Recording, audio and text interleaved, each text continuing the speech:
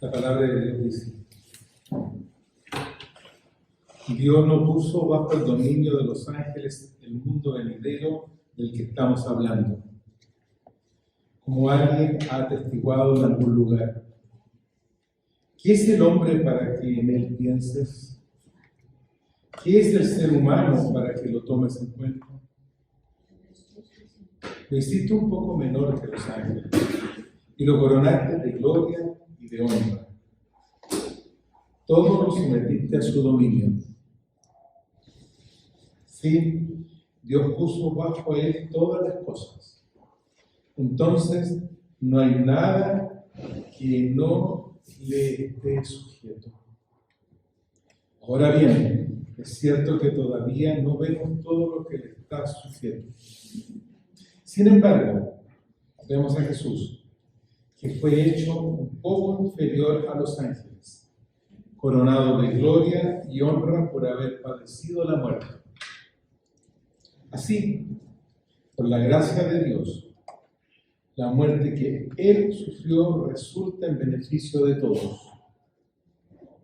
En efecto, a fin de llevar a muchos hijos a la gloria, convenía que Dios, para quien por medio de quien todo existe, perfeccionara mediante el sufrimiento del autor de la salvación de ellos.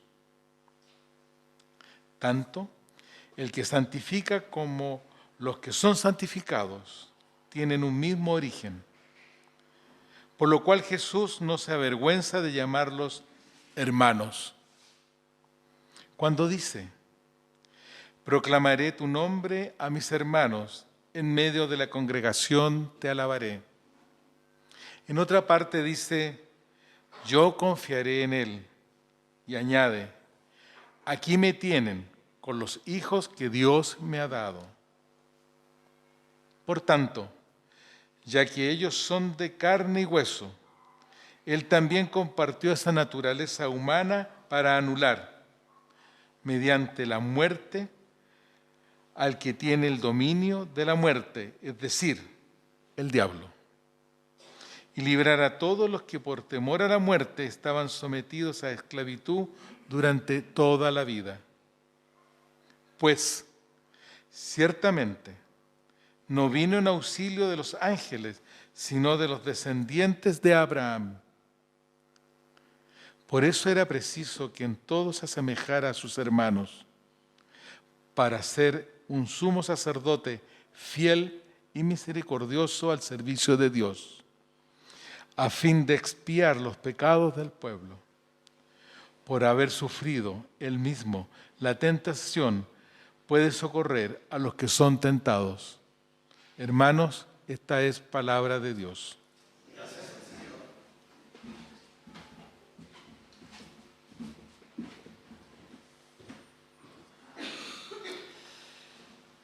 Las últimas semanas hemos estado viendo cómo Dios ha hablado definitivamente en su Hijo. El Hijo que es el resplandor de la gloria, el heredero de todo y por quien todo fue creado, el sustentador de todo. Vimos que Jesús ahora está sentado a la diestra de Dios el Padre, siendo así superior a los ángeles. Por tanto, hemos visto en la carta a los Hebreos, a Él, a Jesús debemos poner atención para no descuidar nuestra salvación, para no perder el rumbo hacia la salvación, hacia la meta. Cuando leo esto que está en el capítulo 2, los primeros versos del capítulo 2, esto no perder el rumbo, me acuerdo de algo que me pasó por ahí por el año 2014. Fuimos con unos amigos a la playa y resulta que en la playa había una competencia de natación. Creo que era la playa de Concón, que está de moda esta semana. Y resulta que en esta competencia de natación era de aguas abiertas. Yo hacía natación en piscina. Yo hacía natación de distancias cortas. O sea, 25 segundos era lo máximo y de ahí me cansaba. Pero esta competencia que estaba ahí era 5 kilómetros eran solo 5 kilómetros en el mar. ¿Ya? Y cuando llego ahí, me doy cuenta que había un amigo. Y me dice, oye, ¿queréis competir? Y yo, ¿cómo voy a competir yo en esto? Me pasaron un traje, me pasaron una gorra y tenía mis lentes, como buen nadador, tenía mis lentes en la mochila. Así que me metí al agua, congelada, y dije, no tengo idea cómo hacer esto. O sea, la distancia más larga que había competido en mi vida eran como 200 metros. Pero me meto al agua con todos estos expertos en agua abierta y digo, no sé para dónde tengo que ir, no sé a qué ritmo tengo que ir, no sé dónde está la meta. O sea, ni siquiera estaba preocupado de la meta, estaba preocupado del frío que tenía en ese momento, nada más. Así que mi única estrategia fue agarrar a mi amigo, que era muy bueno, lo voy a seguir hasta que ya no pueda más. Me voy a pegar a él, le voy a ir tocando los pies. ¿Ya? Y él, de hecho, se enojó varias veces porque le iba tocando los pies mientras nadaba. Pero, cuento corto. No sé si es tan corto con todo lo que ya he contado ya, pero después de como 1 hora nadando,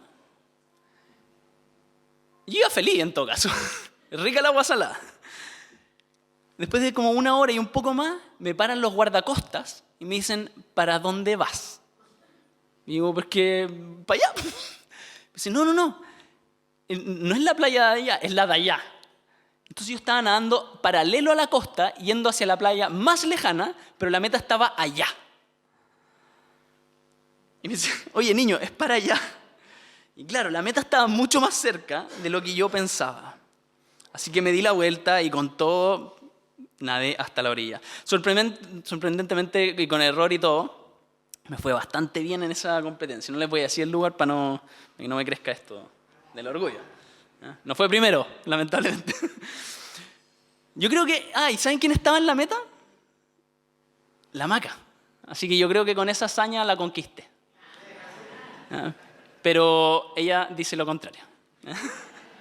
Bueno, la cosa es que yo no conocía el recorrido. Ni sabía dónde estaba la meta. O sea, no tenía ni idea. Yo creo que era la segunda vez que me metía al mar a nadar. Y eso de no saber el recorrido, no saber dónde era la meta, hizo que todo fuese más difícil y más peligroso. Y no sé cómo no quedé ensartado en las rocas, pero hizo que yo perdiera el rumbo. Por eso ahora me pregunto, volviendo al pasaje, ¿cuál es esa meta que no podemos descuidar? ¿Cuál es esa salvación hacia la cual debemos apuntar sin perder el rumbo? Quizás como cristianos nos puede parecer súper obvio cuando hablamos de salvación. Lo que leemos en el verso 3. Nos puede parecer obvio la salvación, esa es la meta. Esa salvación tan grande. Pero realmente, preguntémonos, ¿qué es la salvación? ¿Cuál es la meta? ¿Y cómo se llega? Con esas preguntas los invito a orar. Señor, te ruego que tú nos abras el entendimiento a esta tu palabra, a este pasaje que para mí no es fácil, no fue fácil estudiarlo. Te pido toda la ayuda para poder explicarlo fielmente y entendiblemente a mis hermanos. Te pido que para todo esto sea algo entendible, pero también aplicable a nuestras vidas. Háblanos tú esta mañana, Señor. En el nombre de tu Hijo Jesús. Amén. La meta. Esa salvación tan grande que no debemos descuidar y hacia la cual debemos avanzar, escuchando, siguiendo a Jesús para no perder el rumbo. La meta es esa salvación. Porque según Hebreos 2:5,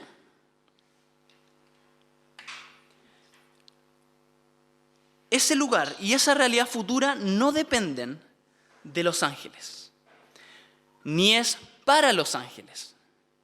No son los ángeles, ni ningún ser espiritual, el que tiene dominio sobre eso. ni tiene tampoco ningún ángel, ningún ser espiritual el poder para hacernos llegar allá. Entonces, ¿de quién depende? ¿Bajo el dominio de quién está ese mundo venidero? ¿De qué se trata esa nueva realidad? Para responder a eso, el autor de Hebreos cita el Salmo 8, diciendo: ¿qué es el hombre para que en él pienses? ¿Qué es el ser humano para que lo tomes en cuenta? Lo hiciste un poco menor que los ángeles y lo coronaste de gloria y de honra. Todo lo sometiste a su dominio. ¿Ven ahí las respuestas a nuestras preguntas? ¿De quién depende? ¿Bajo el dominio de quién está este mundo venidero? ¿Y de qué se trata esa nueva realidad? El pasaje dice, el Salmo 8 dice, que todo fue sometido al ser humano, a esa humanidad pequeña, a esa humanidad que es un poco inferior a los ángeles, pero que ha sido coronada de gloria y honra. Parece que esa salvación de la cual estamos hablando, esa nueva realidad, se trata de una humanidad glorificada, llevada a un siguiente nivel, a una humanidad perfecta, bella, digna. Y que ese mundo venidero ha sido puesto bajo los pies del hombre, bajo el dominio de la humanidad. ¿Pero es esa nuestra realidad actual? ¿Esa era la realidad de los hebreos al recibir esta carta? ¿De dominio, gloria, honra? Definitivamente no. Aunque sí nosotros fuimos hechos un poco menos que los ángeles, ahora ni a eso le hacemos justicia. Parece que hemos descendido aún más. No nos vemos a nosotros coronados de gloria y majestad de honra. No somos buenos representantes o imágenes a la semejanza de Dios, que reflejen perfecta belleza y dignidad. Claramente no tenemos dominio sobre todas las cosas. Lo hemos visto, no tenemos dominio sobre la lluvia, no tenemos dominio sobre los terremotos, no tenemos dominio sobre los incendios, ni siquiera tenemos dominio sobre nuestros propios cuerpos.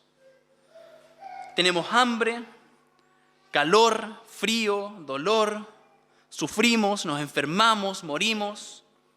No podemos controlar nuestra economía. Aun con una cantidad de libros de economía, no somos capaces de controlar la economía de nuestros países. No somos capaces de controlar nuestra relación con otros. Tampoco nuestra relación con los animales, ni con el resto de la creación. Tampoco los hebreos experimentaban en ese momento una vida de dominar o de gloria. Ellos estaban en medio de sus sufrimientos, siendo perseguidos. Entonces, si ahora no experimentamos que todo está sujeto a los pies del hombre, ¿cómo entonces viene a decir el autor que en el mundo venidero el hombre va a estar a cargo? El mundo venidero va a estar a sus pies. Entonces, ¿qué? Si ese mundo venidero no depende de los ángeles, si el hombre a quien se le ha dado el dominio claramente no da la altura, entonces ¿quién? Miremos los versos 8 al 9.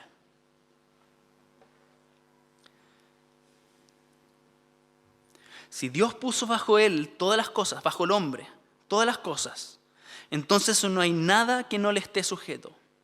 Ahora bien, es cierto que todavía no vemos que todo le esté sujeto. Sin embargo, vemos a Jesús, que fue hecho un poco inferior a los ángeles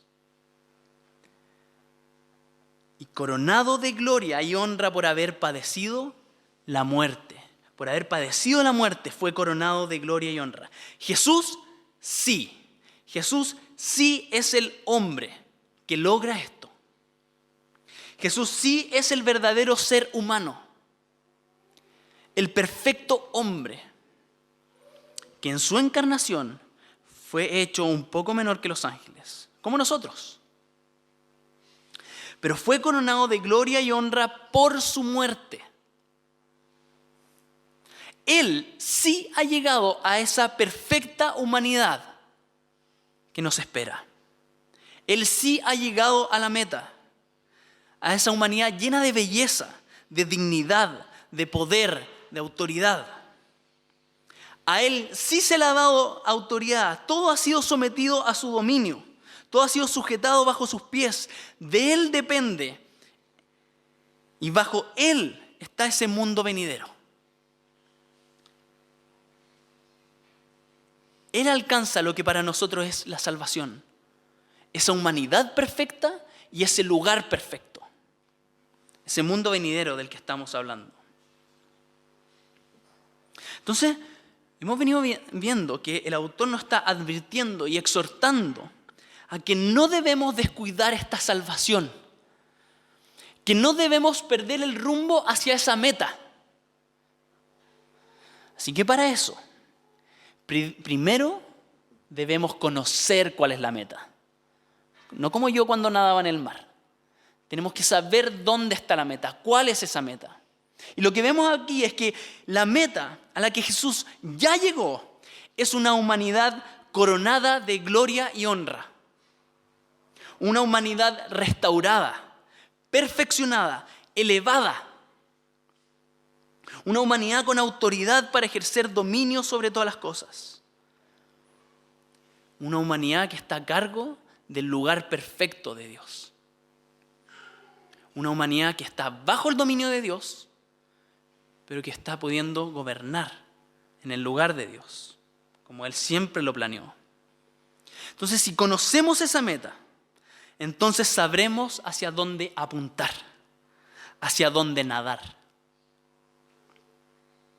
Segundo, debemos valorar esa meta, anhelar esa meta, para realmente querer llegar a ese lugar, para perseverar, para no desviarnos hacia otras cosas.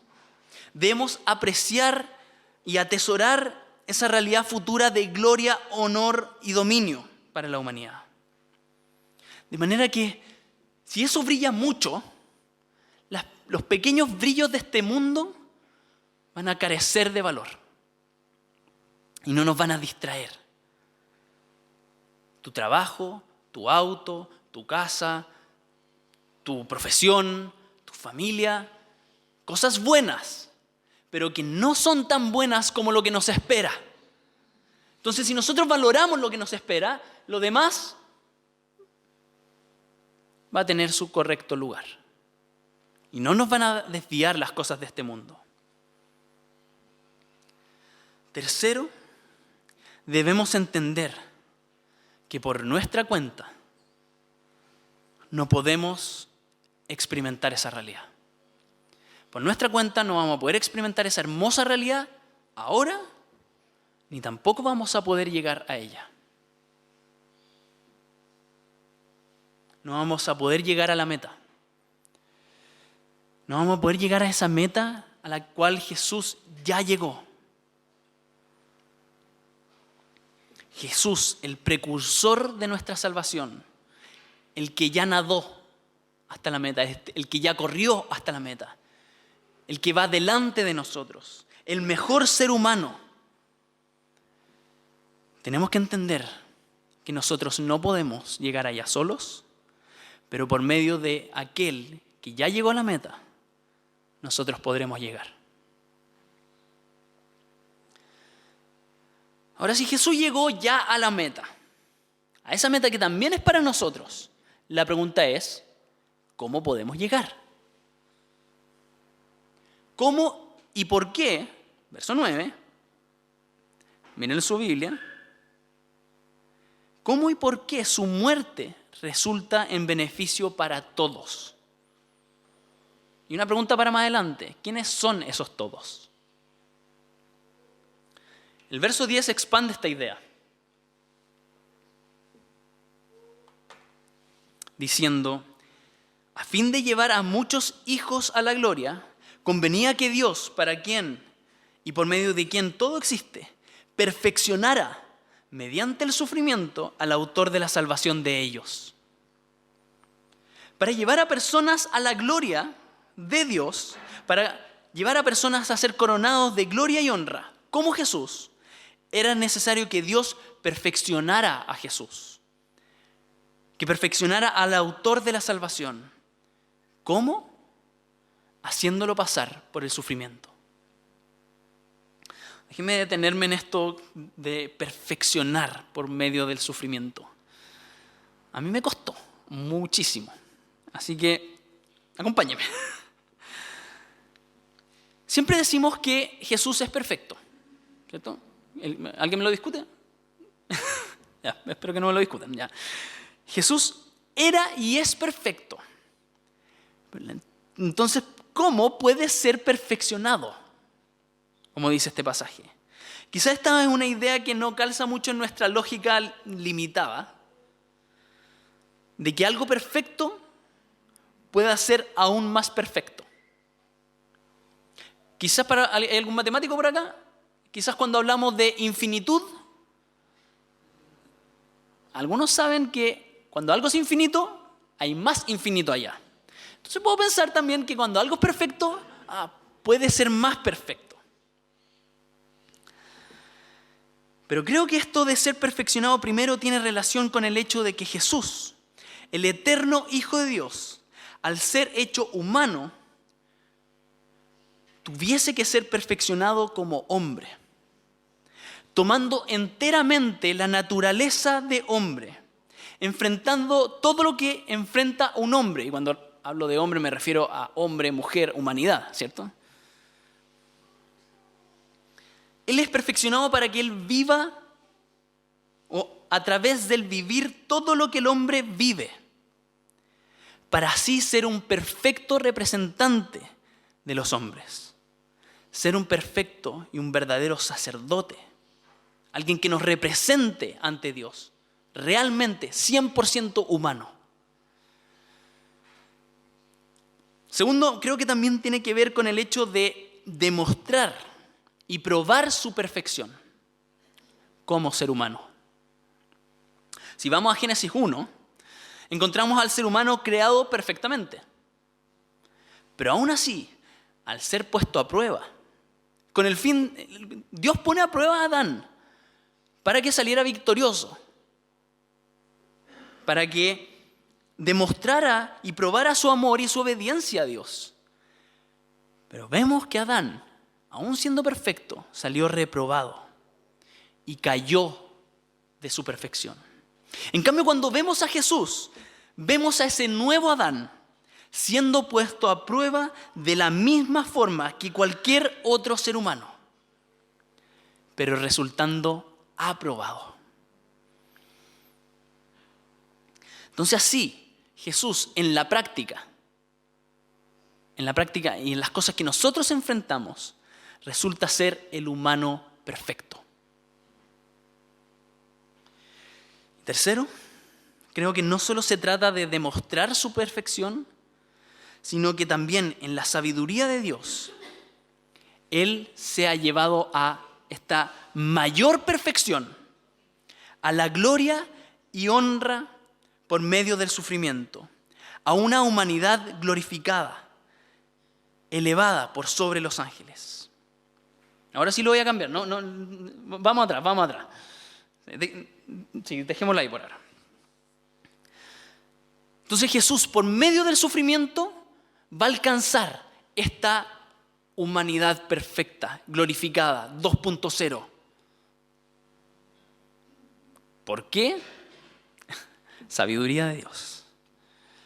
Era necesario que Jesús fuera plenamente humano desde su origen, en su naturaleza, en sus batallas, en sus dolores, en las presiones externas, con sus temores y sus tentaciones. Por eso el verso 11 dice: tanto el que santifica, Jesús, como los que son santificados tienen un mismo origen. Otra traducción dice un mismo Padre. por lo cual Jesús no se avergüenza de llamarlos hermanos. Jesús fue hecho plenamente humano, compartiendo el mismo origen con todos nosotros. ¿De dónde venimos nosotros? De una madre. Jesús fue concebido en el vientre de una mujer y eso lo hace ser descendiente de un mismo padre. Podríamos decir de Abraham o más atrás en la genealogía, descendiente de Adán, como todos nosotros. Y en esa línea, también hijo de Dios. También el mismo origen, como veremos más adelante, como hijo de Abraham, por su línea familiar, nacional y por la línea de la fe.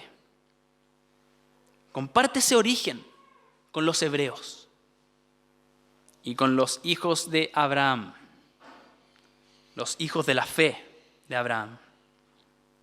Así en todo sentido, ya sea como hombre, como israelita, como hombre de fe, comparte un mismo origen con sus hermanos. Jesús se hizo como uno de nosotros para llamarnos hermanos.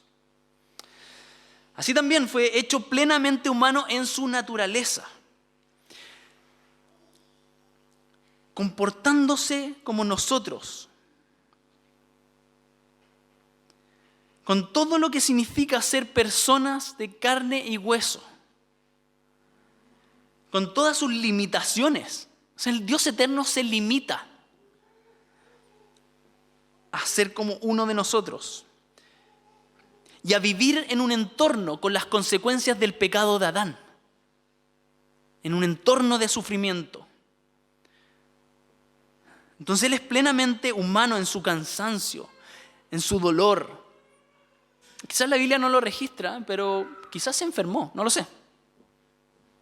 Pero fue sometido a muchas pruebas. El envejecimiento, la muerte. En todo, plenamente humano. Algunos han concluido que todos los seres humanos, después de Adán, comparten innegablemente dos realidades: el nacer y el morir. Y que es esta triste segunda realidad, la muerte, la que domina al hombre.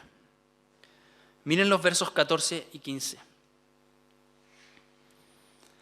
Por tanto, ya que ellos son de carne y hueso, Él también compartió esa naturaleza humana para anular, mediante la muerte, al que tiene dominio de la muerte, es decir, al diablo, y librar a todos los que por temor a la muerte estaban sometidos a esclavitud durante toda la vida. Y quizás esto no lo escribí, pero pensaba, ¿cuántas de las cosas que nosotros hacemos es por temor a la muerte? Porque vivimos esclavizados a la muerte. Un seguro, dos seguros, ISAPRE, FONASA, seguro de vida, seguro para el auto, seguro, etcétera. Pastillas por doquier, porque le tenemos miedo a la muerte. Nos domina, pero quizás también nos domina en cosas mucho más profundas que las que acabo de enumerar. Entonces Jesús se hizo de tal manera uno como nosotros, que fue hasta la mismísima muerte, para arrebatarle al diablo las llaves de la muerte. Porque este perfecto ser humano, sin pecado, no podía ser sostenido por la muerte, por aquello que es consecuencia del pecado. Él no pudo ser acusado de nada que mereciese la muerte. Entonces la muerte no lo pudo sostener. Y de esa forma rompe las cadenas de la muerte. Rompe las cadenas de la muerte para sí mismo y para sus hermanos.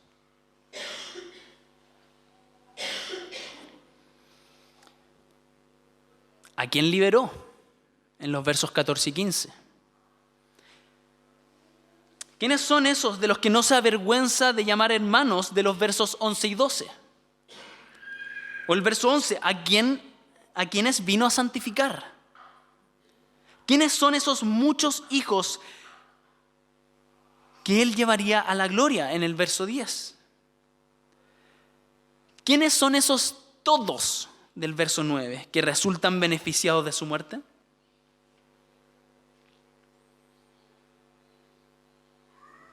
Miren los versos 16 al 18. Los descendientes del Padre de la fe, los hijos de Abraham, sus hermanos, el pueblo de Dios. Voy a leerlo. Dice, pues ciertamente no vino en auxilio de los ángeles, sino de los descendientes de Abraham. Y los hebreos que estaban escuchando esta carta dicen, eso somos nosotros. Jesús vino a rescatarnos a nosotros.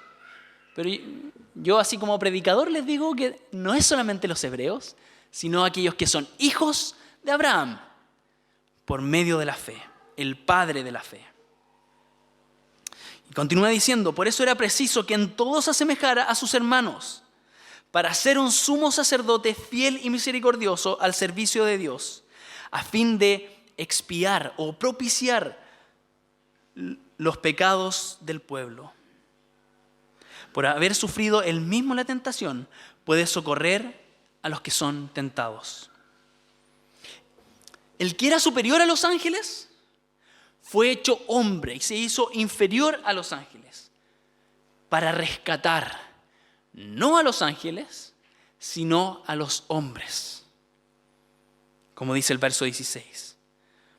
Para darles ese beneficio de la salvación, de la gloria, la honra.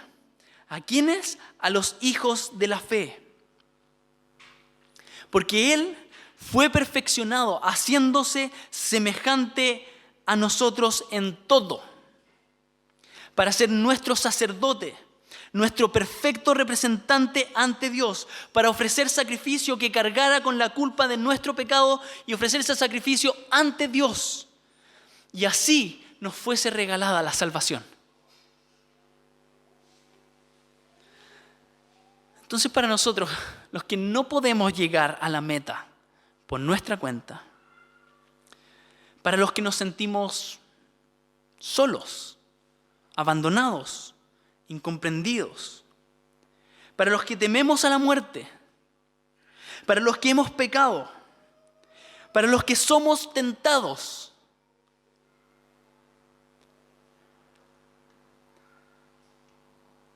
Cristo se hizo como uno de nosotros para llevarnos a la meta que Él ya conquistó. Voy a volver a decir, ¿crees que no puedes alcanzar la salvación? ¿O no sabes ni siquiera dónde está? Cristo se hizo como uno de nosotros para llevarnos a la meta. ¿Te sientes que nadie te entiende? ¿Que Dios está muy lejano? ¿Que no, Dios, ¿por qué me exiges tanto? Tú no sabes lo que yo estoy viviendo. O cuando viene un hermano a animarte en la fe y te dice, porque tú no sabes lo que yo estoy pasando. ¿Qué es lo que nos está diciendo el autor de Hebreos? Jesús sí sabe. Él vivió todo y fue en todo como un ser humano. Fue un ser humano, no como un ser humano. Fue y es ser humano. Tentado en todo. Victorioso en todo. Victorioso sobre la tentación, sobre el pecado, sobre la muerte. Así que confiemos en Jesús. Guardando las proporciones, como yo confié en mi amigo que sabía dónde estaba la meta y sabía cómo nadar en el mar y yo iba pegado a él, así tenemos que vivir nuestra vida, pegado a Jesús, que ya recorrió este camino por nosotros y nos lleva a la meta. Para perseverar con la ayuda de aquel que ha triunfado en esa misma carrera que nosotros estamos corriendo. Una larga carrera que es la vida. Él ya la recorrió y ya triunfó. Así que vivamos nuestras vidas sin temor a la muerte, sabiendo lo que nos espera, sabiendo que esa medalla nos espera y está asegurada por lo que Jesús hizo. También tenemos que tener claro, y podemos ya tener claro, o empezar a tener claro dónde está la meta, hacia dónde vamos. una meta de gloria y honor en el mundo venidero. Y que esa esperanza de que nos espera un lugar mejor sea la que nos haga vivir de una manera diferente. Así que en esta vida también pidámosle ayuda al hombre perfecto. Pidámosle socorro. Depositemos en nuestro sumo sacerdote nuestros pecados. Y anhelemos llegar a la meta. Llegar a ese mundo venidero. Los invito a orar.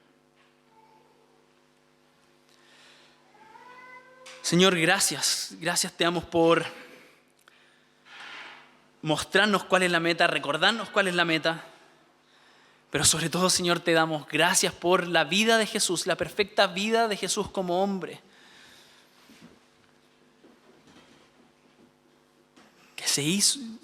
Que tú lo hiciste hombre para que viviera como uno de nosotros, para que en todo lo que nosotros hemos fallado, Él triunfara.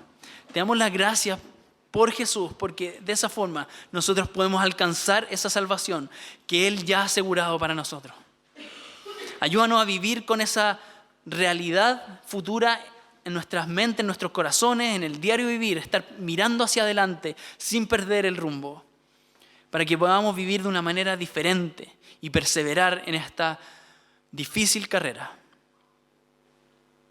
En su nombre oramos, en el nombre de Jesús. Amén.